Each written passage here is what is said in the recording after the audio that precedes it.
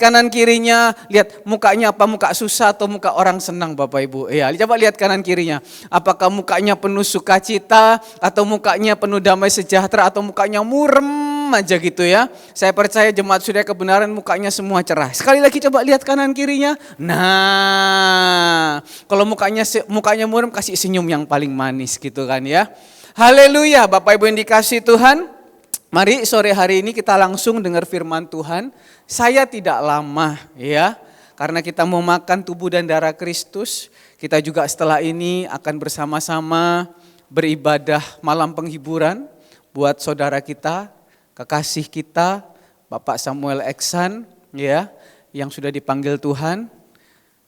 Mari dalam waktu yang singkat ini arahkan fokus apa yang Tuhan mau bicara dalam kehidupan kita, tangkap baik-baik. Kita buka sama-sama di dalam Kisah Para Rasul. Bapak Ibu yang dikasihi Tuhan, hari-hari ini banyak orang yang api rohnya itu sudah padam. Banyak orang yang mungkin rohaninya itu sudah padam, mati belum, tapi padam iya. Mulai berkurang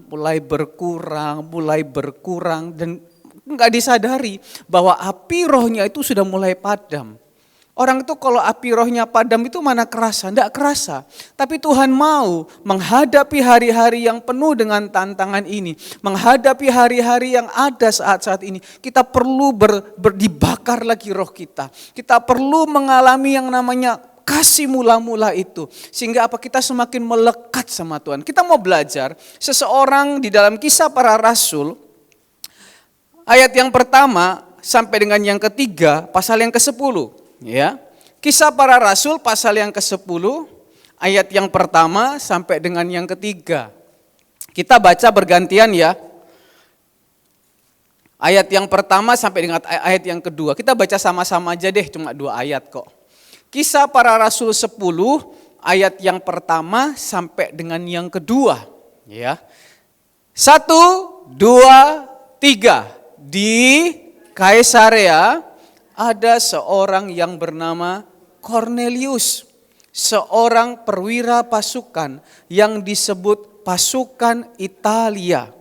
Ia saleh, ia serta seisi rumahnya takut akan Allah, dan ia memberi banyak sedekah kepada umat Yahudi, dan yang terakhir, dan senantiasa berdoa kepada Allah. Yang percaya katakan amin. Nah, hari-hari ini mungkin banyak orang yang rohnya sedang padam. Banyak orang yang rohaninya sedang mulai menurun. Ya, orang kalau sudah semakin tua, itu staminanya menurun. Ya, staminanya udah kalau mungkin dulu kuat untuk berdiri lama, tapi ketika sudah tua sudah mulai menurun. Dan penurunan itu enggak langsung terasa Bapak Ibu, tapi mulai bertahap, dan tiba-tiba habis. Jangan sampai, oke lah mungkin Bapak Ibu secara usia boleh kita menurun, namanya manusia. Tapi kita lihat di sini ada bapak-bapak, ada ibu-ibu yang mungkin usianya sudah di atas 70, 80, tetapi seperti Kaleb. Yang usianya boleh tua, tapi semangatnya masih muda. Amin. Nah ini kita perlu belajar. Nah tapi sore hari ini yang kita mau belajar adalah tentang kerohanian. Jangan sampai rohani kita itu turun, rohani kita itu padam. Tapi kita harus selalu menyala-nyala, khususnya di hari-hari ini. Hari-hari ini itu kita perlu rohani yang terus menyala-nyala. Kita mau belajar tentang seorang yang namanya Kornelius. Pada waktu itu di Kaisarea. Ya, di Kaisarea. Kaisarea itu adalah tempat di Israel. Di negara Israel. Di Israel pada waktu itu ada satu kota yang namanya Kaisarea. Tetapi pada waktu itu kota itu dikuasai oleh kerajaan Romawi. Ya, makanya dikatakan ada seorang yang bernama Kornelius, seorang perwira pasukan yang disebut pasukan Italia. Jadi pada waktu itu kota Kaisarea dikuasai oleh Romawi. Sama seperti dulu Indonesia dikuasai oleh Belanda, VOC gitu kan ya. Otomatis kebudayaannya, otomatis kebanyakan di dalamnya itu adalah bergaya-gaya Belanda gitu kan ya. Makanya masih banyak bangunan-bangunan Belanda itu di Jakarta ya toh, baik di Indonesia itu hotel apa itu Bapak Ibu? Yang di Tunjungan tuh hotel Majapahit. Itu kan semua masih bergaya-gaya Belanda. Nah sama juga di Kaisarea. Itu pasti kultur-kulturnya kebanyakan kultur-kultur Romawi atau negara Italia pada waktu itu. Bahkan banyak pasukan-pasukan Italia yang ada di situ. Salah satunya dia adalah Cornelius. Dia itu orang Italia. Dia memimpin beberapa banyak pasukan. Biasanya kalau dikatakan sudah perwira pasukan atau orang bilang centurion, itu mungkin ratusan orang dia memimpin. Tetapi di antara banyak orang yang mungkin kulturnya menyembah dewa-dewa, kan orang Italia pada waktu itu menyembah dewa ini, dewa itu, orang Romawi kan begitu Bapak Ibu. Tetapi dia memilih untuk apa? Ayat yang kedua, ia saleh. Ia serta seisi rumahnya takut akan Allah dan ia memberi banyak sedekah kepada umat Yahudi dan senantiasa berdoa kepada Allah. Yang kita mau belajar, di tengah situasi yang tidak mendukung untuk orang dekat sama Tuhan Yesus, untuk orang percaya sama Tuhan Yesus, karena pada waktu itu kebudayaannya mungkin dewa-dewa, dewi-dewi, tapi ada seorang yang namanya Cornelius, bukan orang Yahudi, bukan orang Israel, tapi dia orang Italia, tapi dikatakan ia saleh.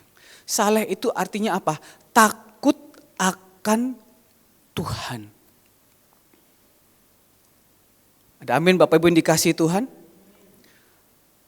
Latar belakangnya tidak mendukung untuk menjadi orang yang percaya sama Tuhan. Latar keadaannya tidak mendukung untuk beribadah kepada Tuhan. Karena dikuasai oleh Italia pada waktu itu. Tetapi Cornelius memilih untuk menjadi orang yang takut akan Tuhan. Dia memilih untuk menjadi orang pengikut Kristus dan punya iman kepada Tuhan. Hari-hari ini Bapak Ibu, pilihan ada di tangan kita. Kasih tahu kanan kiri, pilihan di tanganmu. Pilihan itu bukan di tangan kakak kita. Pilihan bukan di tangan siapa-siapa. Pilihan bukan di tangan teman kita yang bisa mengatur kita. Pilihan di tangan kita. Pilihan kita benar. Hidup kita benar. Pilihan kita salah, resiko tanggung sendiri. Apa yang kita mau pilih pada hari-hari ini? Bapak Ibu yang dikasihi Tuhan, hari-hari ini keadaan dunia, keadaan apapun membuat seakan-akan kita kalau bisa berusaha jauh daripada Tuhan. Membuat kita seakan-akan yang mungkin dulu sudah percaya Tuhan, tapi karena keadaan, situasi dan kondisi membuat kita supaya kita jauh daripada Tuhan. Membuat rohani kita semakin jauh daripada Tuhan. Bapak Ibu, kalau dulu kita tiap hari beribadah, kita tiap hari berdoa, kita tiap hari baca firman, itu sama kayak kita makan, rohani kita dikasih makan terus. Tapi keadaan mungkin yang seakan-akan membuat kita jauh. Lama-lama rohani gak dikasih makan. Lama-lama gak pernah baca firman, lama-lama gak pernah berdoa. Hari ini bolos. Minggu depan mulai bolos yang kedua. Minggu lain lagi mulai bolos yang ketiga. Dengan alasan yang masuk akal. Lama-lama rohani kita padam. Dan kalau rohani kita padam, ujungnya adalah maut. Tapi Cornelius sekali lagi. Dia ini seorang perwira loh Bapak Ibu. Dia ini seorang petinggi militer. Dia mungkin membawai 100 pasukan. Tapi di tengah segala kesibukannya, di tengah segala apapun yang dia kerjakan, dia memilih untuk hidupnya tetap takut akan Tuhan. Tetap memilih jalan yang betul. Siapa? Yesus Kristus. Pilihan di tangan kita Bapak Ibu yang dikasihi Tuhan. Pilihan di tangan kita. Tadi mungkin kita dengar, ada seorang anak tadi mungkin seakan-akan ditanya, kenapa kok mukamu kok seperti ini? Oh ya, mungkin jawabannya adalah HP. Hari-hari ini kita dengar, kalau Bapak Ibu lihat, ada seorang anak yang usianya 9 tahun. Anak itu usia 9 tahun, hari-hari ini dia lagi viral Bapak Ibu yang dikasihi Tuhan. Dia bilang apa? Saya lebih baik memilih kehilangan masa kecil saya. Mungkin untuk main HP, mungkin untuk hidup senang-senang. Saya dulu kalau umur 9, ingat saya itu main di depan kampung gitu, main bola. Ayo oper-operan. Bola jatuh di got, saya ambil, pulang rumah, bukannya wangi tambah bau semua. Baju kotor semua. Tapi anak yang ini, dia memilih sejak muda, dia bilang lebih baik saya kehilangan masa kecil saya untuk apa? Untuk belajar, untuk bekerja. Hari ini dia katakan, konten saya YouTube bisa menghasilkan dalam 1 tahun 1 miliar katanya begitu. Tapi memang dia harus mengorbankan masa kecilnya. Mungkin untuk mainan HP, mungkin untuk dia senang-senang dengan temannya. Dan itu didukung oleh orang tua. Orang tua mendukung. Bukan berarti saya bilang yang di sini gak mendukung loh ya. Kadang seringkali saya dengar ada orang tua itu sampai Bapak Ibu tahu apa penebah? Penebah itu apa Bapak Ibu? Bukan. Sapu lidi. Sampai kadang telepon tuh sapu lidi mukulin anaknya karena apa? Main HP terus. Bukannya gak mendukung, tapi memang hari-hari itu hari yang jahat Bapak Ibu. Pilihan kita sejak awal mau pilih bagaimana. Cornelius Cornelius orang pertama yang bukan orang Yahudi yang percaya Tuhan Yesus pada waktu itu. Dia memilih untuk itu. Sore hari ini Bapak Ibu, pilihlah yang benar. Di tengah segala keadaan situasi yang ada, pilihlah yang benar. Kalau kita mau pilih yang benar, kita bilang, Tuhan tuntun aku. Keluaran 3 ayat yang ke-8, tolong tampilkan. Keluaran 3 ayat yang ke-8, ketika kita berseru, Tuhan aku mau pilih yang benar. Aku mau engkau tuntun aku. Dikatakan apa Keluaran 3 ayat yang ke-8? Sebab itu aku telah turun untuk melepaskan mereka dari tangan orang Mesir. Dan apa? Menuntun. Dikatakan menuntun mereka keluar dari negeri itu. Kalau kita bilang Tuhan, aku mau pilih engkau. Anak-anak muda yang di tempat ini. Mungkin kita berkata, Tuhan Yesus saya mau pilih engkau daripada senang dengan masa-masa muda ini. Tuhan tuntun saya. Dari tempat yang maha tinggi. Tuhan turun, sini tak tuntun. Tak gendong. Tak arahkan kamu. Bapak Ibu pilih siapa yang tuntun kita. Manusia yang tuntun kita atau Tuhan yang tuntun kita. Kalau Tuhan yang tuntun kita, percayalah jalan kita gak akan salah Bapak Ibu. Jalan kita itu Tuhan bawa kemana? Ke stasiun-stasiun yang orang bilang membawa kepada kemenangan. Minta Tuhan tuntun pada sore hari ini. Percaya. Tapi gak bisa loh, keadaan hari ini tuh gak cocok. Gimana mau sungguh-sungguh sama Tuhan? Mungkin terbengkalai dengan pekerjaan, terbengkalai dengan yang namanya kesehatan, terbengkalai dengan... Bapak Ibu berdoa, minta Tuhan tuntun betul-betul. Nanti Tuhan buka jalan. Si Cornelius ini, mungkin pemimpin-pemimpin yang lain, mungkin petinggi-petinggi yang lain, mungkin lihat dia, ini satu orang ini kok agak beda. Kita semua gak percaya Tuhan. Kok orang ini sendiri agak beda. Tapi Cornelius gak peduli. Dia gak bilang emang gua pikirin. Dia gak peduli apa kata orang. Hari ini kan apa kata orang kan. Oh aturannya begini. Oh aturannya begini. Apa kata orang. Kita apa kata firman Bapak Ibu yang dikasih Tuhan. Jangan ikut apa kata orang. Hari ini ada yang ikut kata orang. Kalau yang benar gak apa-apa Bapak Ibu. Kalau yang masuk akal gak apa-apa. Tapi kalau ikut apa kata orang yang salah. Kalau orang itu tuntun kita ke jalan yang salah. Masuk jurang. Mau Bapak Ibu? Gak mau kan? Belajar. Ikut apa kata firman Bapak Ibu. Ikut apa kata Tuhan. Nah sampai di situ dikatakan. Cornelius adalah orang yang saleh. Yang kedua. Ia serta seisi rumahnya takut akan Allah. Ini yang luar biasa Bapak Ibu. Ini yang hari ini menjadi idaman banyak orang. Cornelius, kita mungkin lihat mungkin usianya gak tua-tua banget Bapak Ibu. Kalau perwira itu mungkin umur 40 lah, 45 begitu. Ya masih muda-muda ketua lah Bapak Ibu, kayak Bapak Hengki gitu ya. Pak Hengki itu kan masih bisa dibilang muda gitu ya. Nah, Pak Alek itu masih bisa dibilang muda. Pak Agus pun juga masih bisa dibilang muda, ya awet muda gitu kan ya. Tapi Pak Agus senyum, saya bilang muda. Senggol istrinya. Itu loh mah, aku ini masih muda mah. Coba bilang tua aku mah. Kalau saya bilang Pak Sirait muda, siapa yang ketawa kan gak ada Bapak Ibu. Itu loh mah, aku sih muda, lihat entah. Sih tegap badanku.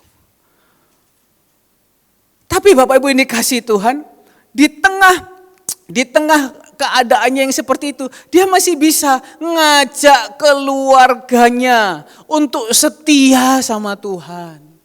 Ngajak istrinya, ngajak anaknya, kalau punya cucu ngajak cucunya, kalau masih punya orang tua ngajak orang tuanya untuk datang takut akan Tuhan. Sore hari ini gak kebetulan loh Bapak Ibu, Ibu Cici bawa mamanya. Gak kebetulan Bapak Hengki bawa mamanya. Bawa yang sudah senior-senior gitu kan ya. Seneng kan Bapak Ibu? Kalau bisa datang komplit. Kemarin waktu pulang dari panti asuhan, enggak. Waktu pulang dari Adiasa, karena kita satu mobil dengan Ibu Cici. Bu Cici, wah ini doakan Bapak Ibu jangan besar kepala. Anak-anaknya ini empat ini nurut semua ya sama Bu Cici ya. Deket ya Bu Cici. Iya kok, anak-anak ini malah Ella. Tadi itu saya sengaja bahwa yang ikut ibadah ke penghiburan kita Grace Damai. Ella mukanya kecil. Nah, soalnya kepingin diajak, gak tahu kepingin jalan-jalan atau memang betul kepingin beribadah gitu ya Bapak Ibu yang dikasih Tuhan. Tapi ketika saya bilang namanya Ella ikut, seneng. Loh padahal ini kebaktian kematian loh Bapak Ibu. Lihat mayat. Katanya bawa Alkitab lagi. Saya dulu waktu kecil kalau sudah dengar orang meninggal Bapak Ibu, waduh. Ini aja barusan hari Kamis malam Bapak Ibu yang dikasih Tuhan, 10:30 malam ditelepon sama Bu Nyo. Andre, saya sudah pikir Mak Ratna ini.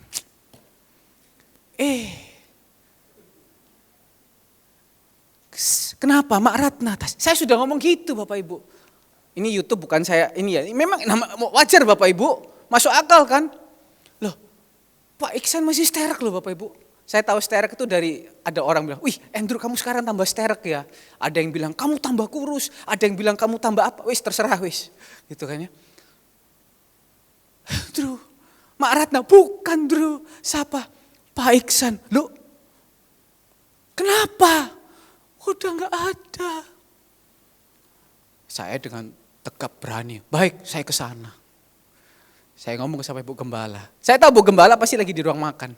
Mah, Su Iksan meninggal. Aisyah, Bu, saya mau bilang Aisyah lagi. Mama saya padahal. Langsung Ibu Gembala bilang, Mama mau nangis gak bisa nangis. Merinding ini badan. Loh kenapa? Tadi pagi dia masih dada-dada sama saya. 1:30 malam ada orang telepon saya. Kok beneran ta? Lah aku mau sok nulis di grup Bapak Iksan meninggal tuh guyonan. Kan gak mungkin Bapak Ibu. Kemarin lo baru tak sangoni duit lo. Gayamu kok sangoni. Iya beneran kok, sungguhan. Bukan tak sangoni, aku ada berkat nitip. Terus suaminya ngomong, iya aku tadi pagi ditelepon cuma gak tak angkat. Yowis nanti malam telepon angkatan, aku bilang gitu. Kok gak mau angkat sombong kamu? Enggak aku sibuk ada meeting. Ya wis oke. Ada lagi ibu-ibu satu. Pasti sudah tahu siapa kalau meninggal. Betul tak Pak Iksan itu meninggal. Semua pada gak percaya. Tapi puji Tuhan Bapak Ibu. Hari Kamis katanya dia gak bisa melayani. Karena ada rapat RW. Tapi dengan bangga dia bilang dengan siapa ya cerita. Saya sebenarnya gak bisa melayani. Tapi karena saya mau dahulukan Tuhan. Saya bawa kolekte. Sampai tahap itu Bapak Ibu. Dia meninggal dengan penuh penghormatan. Karena apa? Dia masih melayani Tuhan. Sampai di situ dulu Bapak Ibu dikasih Tuhan. Kalau orang meninggal di dalam Tuhan. Tuhan yang menilai loh ya. Meninggal di dalam Tuhan. Itu keselamatan dia terima. Sampai di situ bangga. Tapi kembali lagi, ketika saya sudah pergi di rumah sakit, ya kan, saya belum lihat mayatnya Bapak Ibu. Terus saya pulang rumah, tepat jam 11.58. 11.58, nah ini, saya masak telepon Kesia, Kes tolong jemput aku di bawah dong. Kan gak mungkin Bapak Ibu. Saya tutup situ, saya telepon orang lain. Woi, bangun woi. Saya masih di garasi situ kan. Saya lihat kalau nggak salah lampu di gereja masih menyala begitu ya. Woi, bangun. Mesti tidur dah. Bangun, sik, tak naik dulu. Bapak Ibu takut kasih Tuhan. Nah, Ella dia berani Bapak Ibu, kebaktian kematian, melihat mayat. Berani. Datang senyum-senyum nih. Itu sebuah kebanggaan orang tua. Ketika dia bisa bawa satu rumah, bisa datang beribadah sama Tuhan. Itu Tuhan hitung loh Bapak Ibu. Yosua 24 ayat yang ke-15.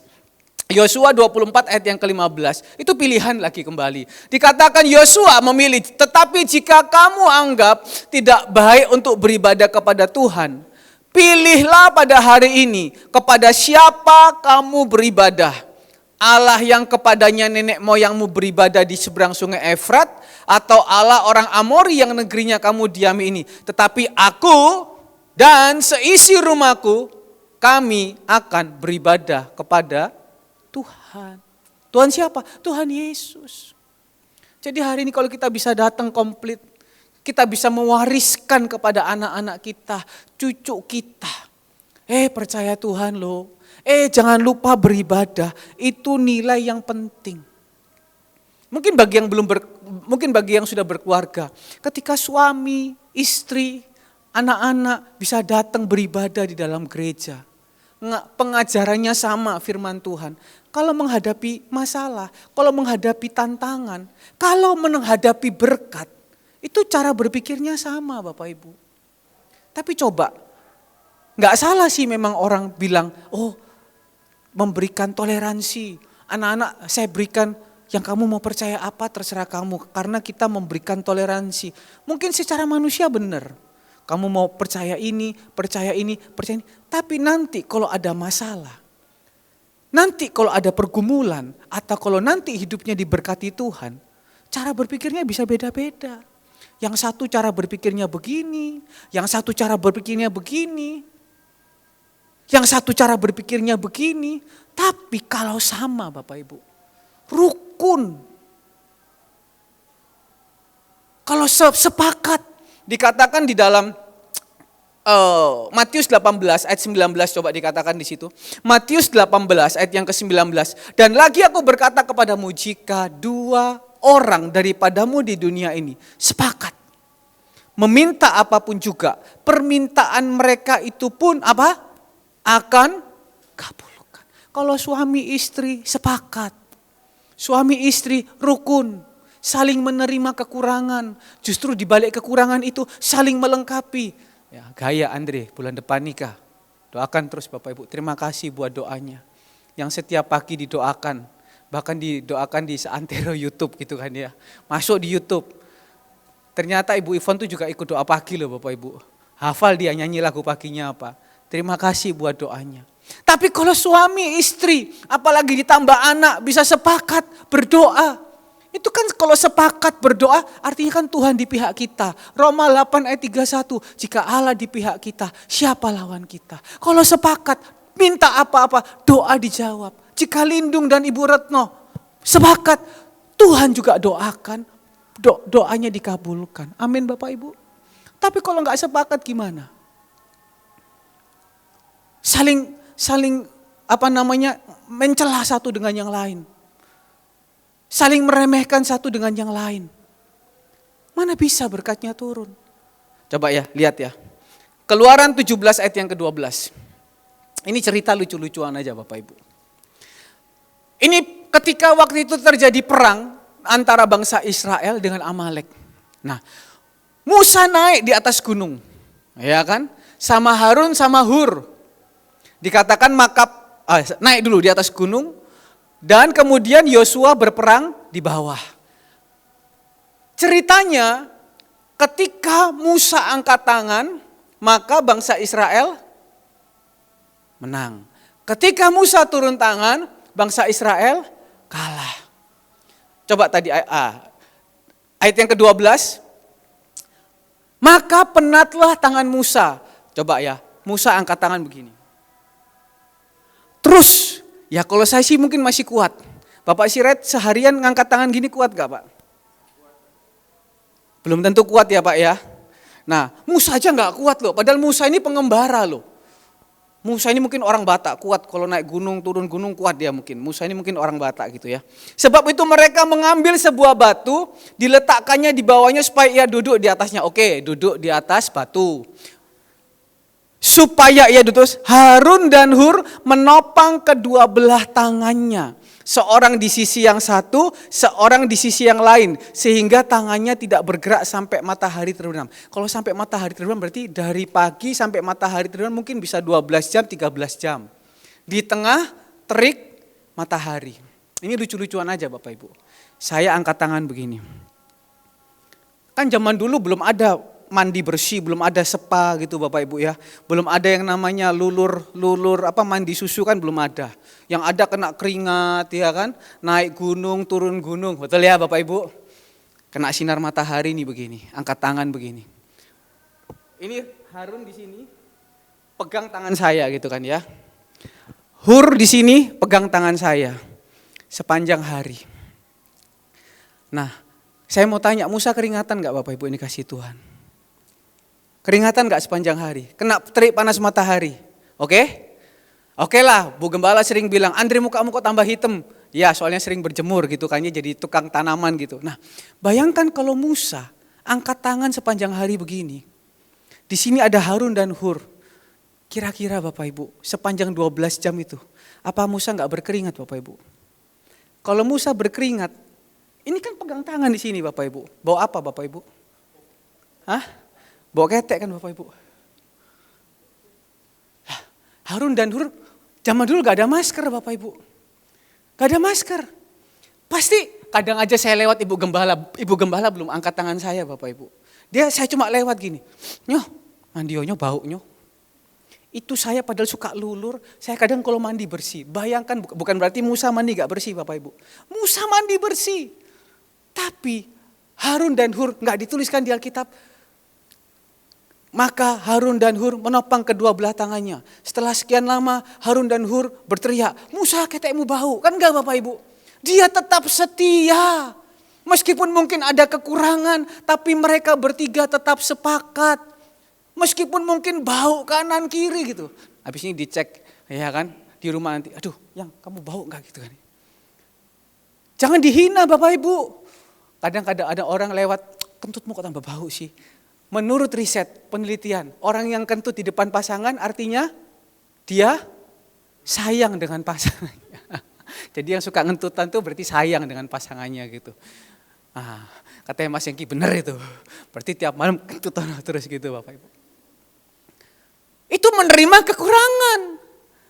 Jadi kalau misalnya sefrekuensi, bisa sama-sama beribadah, berarti saling menerima kekurangan masing-masing, gak saling dijelekkan, bersatu. Apa yang menjadi doa dijawab sama Tuhan. Makanya keluarganya Cornelius itu bisa tetap terus setia senantiasa. Karena apa? Saling mendukung, saling menopang, suami dan istri saling mendukung, saling mengingatkan. Dan juga jemaat yang ada di tempat ini. Ayo, saling mengingatkan yuk, saling mendoakan yuk.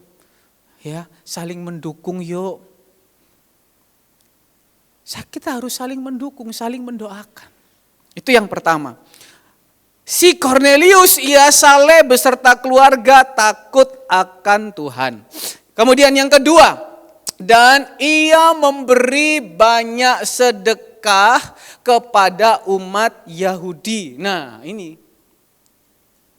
Tadi yang pertama untuk urusan rohani, ia saleh, ia setia, dia bawa keluarganya untuk takut akan Tuhan. Itu pilihan hidup. Yang kedua, kenapa kok si Cornelius ini bisa tetap terus hidupnya eksis, hidupnya terus menyala-nyala. Yang kedua, karena ia memberikan banyak sedekah kepada umat Yahudi. Pada waktu itu sedekah yang dia berikan berupa uang. Seorang petinggi kadang seringkali kalau mau memberikan sedekah punya motivasi yang salah. Supaya mungkin orang lihat, wih ini ya dia suka bagi-bagi sedekah, ya dia suka bagi-bagi rezeki. Ya mungkin ada tujuan dan maksudnya, tapi kita nggak boleh menghakimi. Tapi si Cornelius ini dia dengan tulus berusaha jadi berkat buat banyak orang. Dia lakukan dengan tulus. Puji Tuhan Bapak Ibu yang dikasihi Tuhan. Gereja kita, sekali lagi gereja kita, Tuhan pakai, Tuhan kasih hikmat, Tuhan kasih visi melalui Bapak Gembala. Untuk memberikan makan buat orang-orang. Nah dari kata memberikan makan itu akhirnya semua orang bisa ikut berpartisipasi. Yang pertama dana. Ya kan? Tiap kali dituliskan kan tiap hari Jumat aksi peduli. Titipkan dana sekecil apapun itu Tuhan perhitungkan. Yang kedua mungkin Bapak Ibu berkata, loh saya nggak bisa kasih dana, saya sendiri kadang juga kurang. Yang kedua Tuhan pakai melalui apa? Tenaga. Tenaga mungkin ada yang terima persembahan kasih. Tapi ada juga yang mungkin hari Sabtu tidak terima persembahan kasih. Itu juga sama-sama memperdulikan. Itu juga sama-sama apa? Memberikan sedekah kepada orang yang kita nggak kenal. Kita kenal mereka, enggak kenal. Kadang seringkali keluarga sendiri aja kita enggak ngopeni, gaya-gaya ngopeni orang lain. Kan ada orang kan seperti itu kan. Tapi hari ini ayo coba, keluarga kita openi, kita juga berusaha jadi berkat buat orang lain. Puji Tuhan loh, jemaat terus aktif tiap Sabtu mau bangun pagi, datang ke gereja, harusnya Sabtu bisa jalan-jalan, harusnya Sabtu bisa leha-leha. Tapi jemaat bisa mau datang bersama-sama, melayani, ingat Tuhan perhitungkan. Itu menyenangkan hati Tuhan loh. Nanti kita lihat, firman Tuhan gak bohong. Makanya itu ketika kita lakukan Bapak Ibu, lakukan dengan segenap hati. Mau dilihat orang, gak dilihat orang, gak peduli. Gak hanya berhubungan tentang aksi peduli saja. Di dalam pelayanan di gereja, lakukan dengan segenap hati. Layani segenap hati. Persiapkan baik-baik. Datang lebih awal. Didoakan dulu. Mungkin manusia gak melihat usahamu. Mungkin manusia gak melihat apa yang kau kerjakan. Tapi Tuhan di tempat maha tinggi dia menilai. Kisah Para Rasul 10 ayat yang keempat. Ia menatap malaikat itu dan dengan takut ia berkata, ada apa Tuhan? Jawab malaikat itu. Renungkan baik-baik. Semua doamu dan sedekahmu apa? Telah naik ke hadirat Allah dan Allah mengingat engkau. Kalau engkau lakukan dengan tulus hati Bapak Ibu. Mungkin Bapak kita berpikir, iki gak tanggung-tanggung ya Bapak Gembala. Iwak gorong mari dikirim apel. Pikir tanganku 10. Iso. Bapak Gembala iki lek ngeki gak tanggung-tanggung. Sak bal, 2 bal, 3 bal. Pikir gampang ah. Betul lah. Ya memang Bapak Ibu. Ya, mungkin oke lah, mungkin kelihatannya berat gitu ya. Tapi ya kita tinggal terbuka saja, semua itu komunikasi.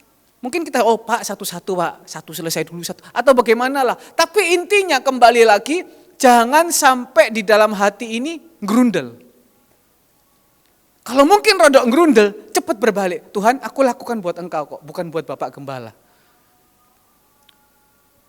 Kadang katai lauke kurang akeh lah. Tempene kekeringan lah. Apalagi nasi kurang akeh lah. Pokoknya Bapak Ibu lakukan dengan tulus hati. Tulus hati itu pasti hasilnya yang terbaik. Dan ketika kita tulus hati, ketika kita berdoa Bapak Ibu, apa yang kita perbuat itu Tuhan ingat. Sedekah apa? Pelayanan apa? Hal baik apa yang kita kerjakan dengan ketulusan hati? Dikatakan apa? Sudah naik di hadirat Tuhan dan Allah mengingat engkau. Cik Fung, ketika engkau berdoa, Tuhan ingat kalau tiap Sabtu engkau sedang duduk bungkus nasi. Engkau enggak hanya duduk bungkus nasi, kadang engkau masih bawa camilan buat orang-orang yang lain, tapi yang ngabisin Andre, Cik Fung.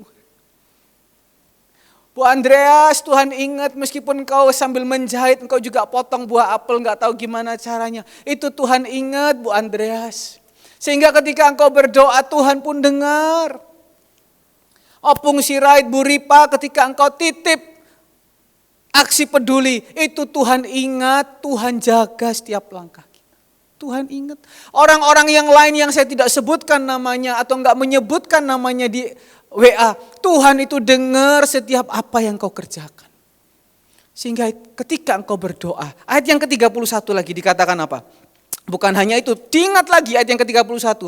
Dan ia berkata, Cornelius, doamu telah didengarkan Allah. Lagi diulang, dan sedekahmu telah diingat di hadapannya.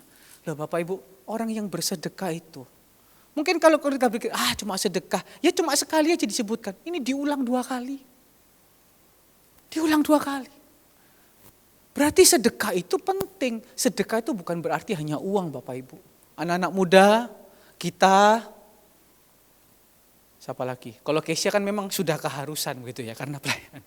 Kita, Damai, Ella, anak-anak kecil yang ikut semua itu. Mungkin kau berletih-letih tiap pagi.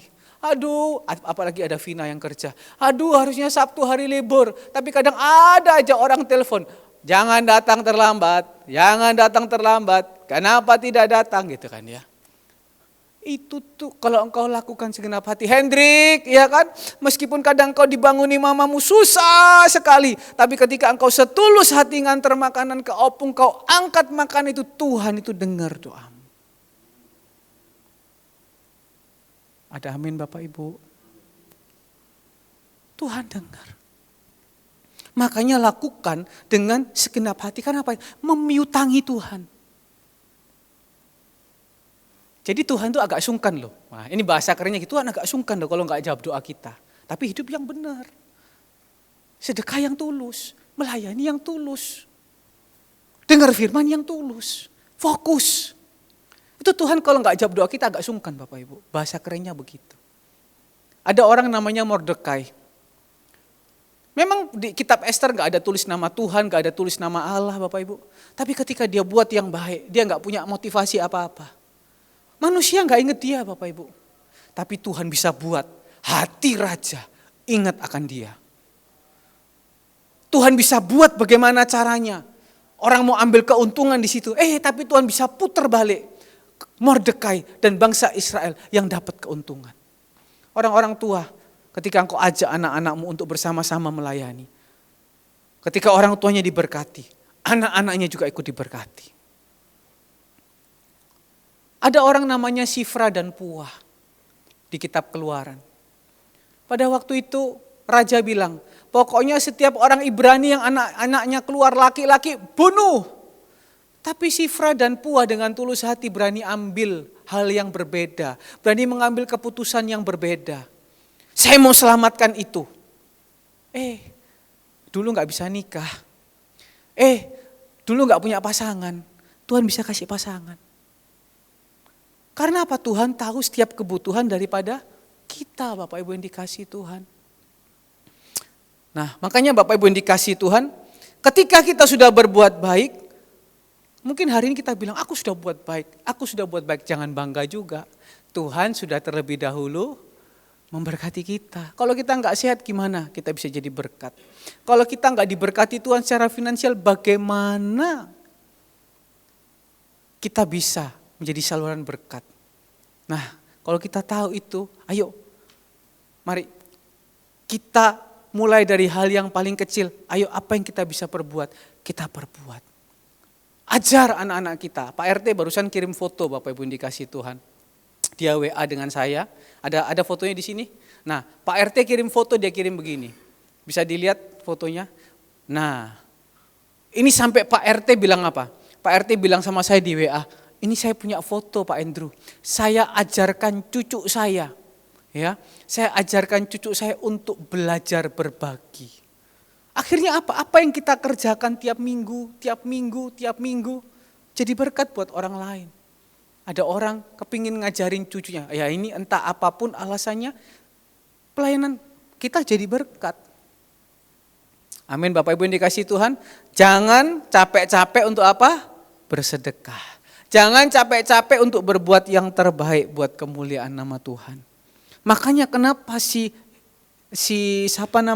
Cornelius ini bisa eksis. Dia bisa tetap terus menyala-nyala. Oke ya, yang terakhir. Dikatakan ayat yang kedua, ia saleh, ia serta seisi rumahnya takut akan Allah. Ia memberi banyak sedekah kepada umat Yahudi, dan yang terakhir, ia senantiasa berdoa kepada Allah. Garis bawahi kata senantiasa. Senantiasa itu artinya terus menerus. Berkesinambungan. Dia punya hubungan pribadi dengan Tuhan. Kita tahu Cornelius itu petinggi. Petinggi itu banyak jadwalnya Bapak Ibu. Petinggi itu banyak acaranya. Petinggi itu ketemu sini, ketemu sana. Ngatur ini, ngatur sana. Tapi di tengah kesibukannya, ia bisa tetap terus berdoa sama Tuhan. Bahkan ayat yang ketujuh, bahkan dia bisa membawa bukan hanya keluarganya, tapi orang-orang yang dia pimpin itu bisa percaya Tuhan juga. Ada orang sebelum dia punya kesibukan, sebelum dia punya aktivitas, oh iya dia bisa berdoa, dia punya jam doa yang bagus, dia bisa beribadah dengan baik. Tetapi ketika sudah ada kesibukan, tetapi ketika mungkin ada suatu hal doanya sudah dijawab kayak atau apa, yang namanya berkesinambungan tuh jadi putus-putus Bapak Ibu. Saya mau tanya Bapak Ibu yang dikasihi Tuhan, hubungan orang yang berkesinambungan sama hubungan orang yang hanya asal butuh datang. Kira-kira beda enggak Bapak Ibu? Beda. Kita mungkin sama mamanya punya hubungan yang baik. Terus ngomong-ngomong, cerita-cerita, ada apa cerita, ya kan? Mungkin salah satu anak yang lain mungkin kurang ngomong-ngomong sama mamanya. Saya rasa ada apa-apa pasti mamanya ingat sama kita. Karena apa? Oh kita ini suka ngomong-ngomong sama saya, suka cerita-cerita sama saya. Ada berkat mamanya ingat kita. Kita mau kuliah, mamanya ingat kita. Usaha bagaimana caranya. Lindung omong kosong dia dengan mamanya terus komunikasi yang baik. Pasti ada apa-apa mamanya ingat Lindung. Bapak Ibu pun juga kalau misalnya dengan Tuhan Yesus. Bapak Ibu punya hubungan yang terus menerus. Pasti ada yang beda dong sama orang yang cuma asal-asalan Bapak Ibu. Cornelius bukan pengangguran Bapak Ibu. Tapi dia terus berusaha jaga hubungannya dengan Tuhan. Makanya dikatakan senantiasa. Saya enggak menghakimi Bapak Ibu yang dikasihi Tuhan. Saya pun juga masih banyak kekurangan. Tapi ayolah. Yang hari-hari ini mungkin karena kesibukan. Yang hari-hari ini mungkin karena A, B, C, dan D. Hubungannya sama Tuhan mulai tidak senantiasa. Mulai putus nyambung. Ayo dibangun lagi. Si Cornelius ini bukan orang Yahudi. Orang bilang orang kafir. Tapi dia tetap terus berusaha untuk dekat sama Tuhan. Lihat apa yang terjadi. Ketika si Cornelius berdoa. Seringkali berdoa gak terjadi apa-apa Bapak Ibu. Hanya berdoa. Seringkali gak ada jawaban apa-apa. Seringkali gak ada apa-apa. Pokoknya dia hanya berdoa. Berusaha dekat sama Tuhan. Apa yang terjadi ayat yang ketiga? Suatu kali ketika ia berdoa, dalam suatu penglihatan kira-kira jam 3 petang, jelas tampak kepadanya seorang malaikat Allah masuk ke rumahnya dan berkata kepadanya, Cornelius. Ia mengalami perjumpaan dengan malaikat. Ia mengalami suatu hal yang mungkin gak dialami orang lain. Mungkin kita bisa berkata begini, kenapa ya kok orang itu diberkati ya? Kenapa kok orang itu agak beda sama kita ya? Sama-sama awalnya mulai dari sini. Tapi kok kenapa dia sama saya sekarang bagaikan langit dan bumi ya kehidupannya secara apa begitu? Ya pasti ada yang beda dong. Mungkin yang satu tidak senantiasa berhubungan dengan Tuhan, yang ini senantiasa berhubungan dengan Tuhan. Ketika Cornelius dia terus menerus berdoa, dia beribadah, gak pernah buat waktunya sia-sia, dia gak pilih-pilih, dia mau fokus sama Tuhan sungguh-sungguh. Suatu saat ada waktu yang ketika dia gak tahu, dia mengalami perjumpaan dengan malaikat Tuhan. Mengalami berkat yang dia gak pernah pikirkan. Tuhan bawa ke tingkat yang lebih tinggi. Apa yang disuruh pada waktu itu? Dan sekarang suruhlah, ayat yang ke-5. Dan sekarang suruhlah beberapa orang ke Yope untuk menjemput seorang yang bernama Simon dan yang disebut Petrus. Ia menumpang di rumah seorang penyamak kulit yang bernama Simon yang tinggal di tepi laut. Setelah malaikat berbicara kepadanya, ia meninggalkan dia. Dipanggilnya 2 orang hambanya beserta seorang prajurit yang saleh dari orang-orang yang selalu bersama-sama dengan dia. Pokoknya disuruh jemput si Petrus. Saya mau tanya Bapak Ibu. Cornelius kenal Petrus gak sebelumnya? Gak kenal kan? Zaman sekarang gak ada YouTube Bapak Ibu. Sekarang kan orang semua gak kenal tinggal cari di YouTube. Lindung Renaldi. Nanti muncul di YouTube, Lindung ngapain ada. Kalau zaman dulu mau cari di mana Bapak Ibu? Yope, Kaisarea 50 km kurang lebih. 1 hari perjalanan. Cukup jauh. Tapi ketika dia disuruh oleh malaikat itu, dia gak pakai bilang A-I-U. Saya gak kenal siapa Petrus. Mungkin Petrus itu nanti orang jahat kek. Kita gak kenal Petrus yang modelnya seperti gimana. Dia cuma nurut. Orang ketika senantiasa berhubungan dengan Tuhan, Tuhan bawa ke tingkat yang lebih tinggi dalam hal apa? Iman, percaya. Mau setia gak? Mau taat gak? Kadang kita omong kosong hari Sabtu dibilang, ayo ikut, pasti Tuhan. Apa nih? Tapi kalau kita bisa lakukan dengan baik, dengan setia, lakukan. Si Cornelius, dia gak pikir untung ruginya Bapak Ibu. Dia gak pikir ini si Petrus siapa. Dia suruh, kamu pergi. Padahal kan seharusnya dia bisa bilang, Tuhan saya repot Tuhan. Saya ada rapat ini Tuhan, saya ada rapat ini, saya ada pertemuan ini dengan petinggi-petinggi lainnya. Enggak, dia suruh pergi. Berapa banyak orang ikut Tuhan, ada hitungan tambah kurang kali baginya. Ini cuan enggak? Ini cuan enggak? Ini menguntungkan enggak? Nanti dihitung biaya bensin dari Yope ke Kaisarea itu berapa, PP-nya berapa. Kalau ngitung kayak gitu, Bapak Hengki dan Ibu Ivon bonjrot Bapak Ibu. Betul, bonjrot. Sampai di gereja nanti belum kasih persembahan, nanti pulang ngajak makan, ya kan bebek gitu kan ya. Bonjrot Bapak Ibu. Kalau mau hitung tambah kurang kali bagi. Grabnya berapa? Tolnya mungkin 100.000 kalau nggak salah PP atau sekali berangkat gitu ya. Tapi puji Tuhan. Iya kan? Seringkali kita sama Tuhan hitungan tambah kurang kali bagi itu selubung Bapak Ibu. Kalau kita buka Keluaran 3 ayat yang ke-9. Keluaran 3 ayat yang ke-9. Dikatakan di situ apa? Keluaran pasal yang ketiga ayat yang ke-9. Ayo, Keluaran 3 ayat yang ke-9. Sekarang seruan orang Israel telah sampai kepadaku, juga telah kulihat betapa kerasnya orang Mesir menindas mereka. Ayat yang ke-10. Terus ayat yang ke-11. Oke, mohon maaf. Keluaran pasal yang ketiga, ayat yang ke-8 bagian akhir. Nah, di bagian 8 ayat yang akhir dikatakan di situ ada ke tempat orang Kanaan, orang Het, orang Amori, orang Feris, orang Hewi, orang Yebus. Itu 7 itu ada artinya masing-masing. Kanaan itu adalah orang-orang yang banyak berdagang, orang-orang yang adalah bisnismen, ya toh? Orang bisnismen pemikirannya apa? Untung rugi, cuan enggak cuan. Itu adalah salah satu tantangan yang harus dikalahkan oleh orang Mesir untuk masuk ke tanah Kanaan. Kalau Het itu berbicara tentang ketakutan. Ketakutan harus kita kalahkan kalau mau masuk tanah Kanaan. Nah ini, kalau mau masuk tanah Kanaan, mau tetap eksis, gak boleh hitung cuan, untung kurang kali bagi. Bayangkan Cik Fung datang pagi-pagi, kadang bawa OT-OT 10 gitu. Loh, sekarang cari untung gak gampang Bapak Ibu. Bayangkan Ibu Cici mesti join sama yang lain gitu ya, mungkin sama ibu-ibu yang lain.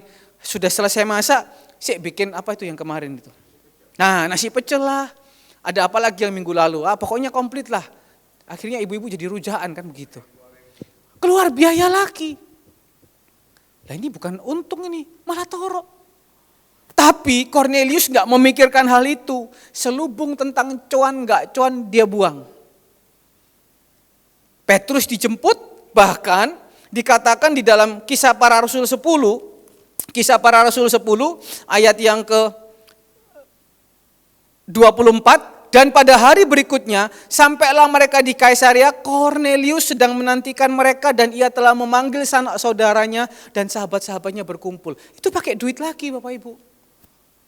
Harusnya dia aman-aman, ya toh, sudah adem anyem, tapi dia masih jemput Petrus, dia masih kumpulkan lagi orang-orang datang ke rumahnya, makan itu Bapak Ibu.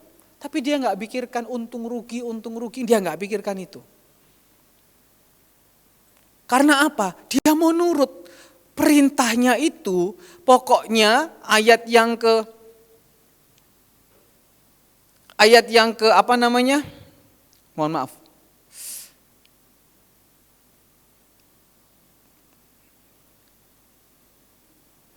Pokoknya perintahnya itu Bapak Ibu yang dikasih Tuhan, kamu panggil Petrus, apa yang ayat 22, jawab mereka, Cornelius seorang perwira yang tulus hati dan takut akan Allah dan yang terkenal baik di antara seluruh bangsa Yahudi telah menerima pernyataan Allah dengan perantaraan seorang malaikat kudus supaya apa? Supaya ia mengundang engkau ke rumahnya mendengar apa yang akan kau katakan.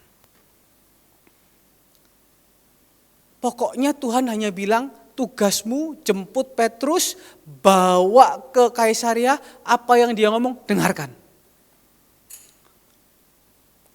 Cornelius gak bilang gini, siapa itu Petrus? Berapa dia? Masternya di mana? Dia cuma nurut. Hari ini banyak orang tidak bisa melihat keajaiban Tuhan karena dia ngukur orang ini berapa, ya, masternya di mana? Ilmunya, spesialisnya apa? Zaman dulu gak ada gitu Bapak Ibu. Dan dikatakan ayat yang ke 25. Ketika Petrus masuk, datanglah Cornelius menyambutnya apa? Sambil tersungkur. Dan ia menyembah Petrus. Gak kenal. Gak kenal Bapak Ibu. Zaman sekarang kalau ada hamba Tuhan datang diukur dulu. S-nya berapa? Kalau bisa rumahnya ditunjukin. Ini loh kamu tahu. Ini mobilku baru ini. Ini khusus spesialis, hanya ada satu di ini kota ini, ya kan? Masuk dalam, ini kamarnya bagus. Ini begini. Kalau Cornelius enggak, dia sujud sama Petrus. Petrus, dia terbuka akan hal baru. Kalau dalam Keluaran 3 ayat yang ke-8 tadi, orang Amori itu orang yang sombong.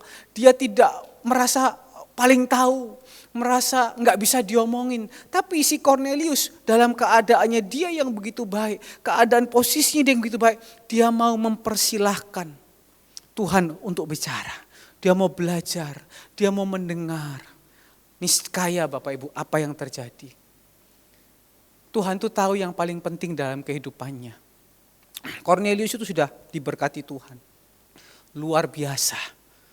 Masuk surga lah orang bilang, begitulah ya. Saleh, sekeluarga, takut akan Tuhan, suka sedekah. Tapi Tuhan tuh tahu apa yang kurang dalam kehidupan Cornelius. Bapak Ibu, hari ini mungkin kita merasa kita sudah cukup diberkati Tuhan. Tapi Tuhan masih tahu ada yang kurang. Dia tahu yang paling terbaik dalam hidupmu.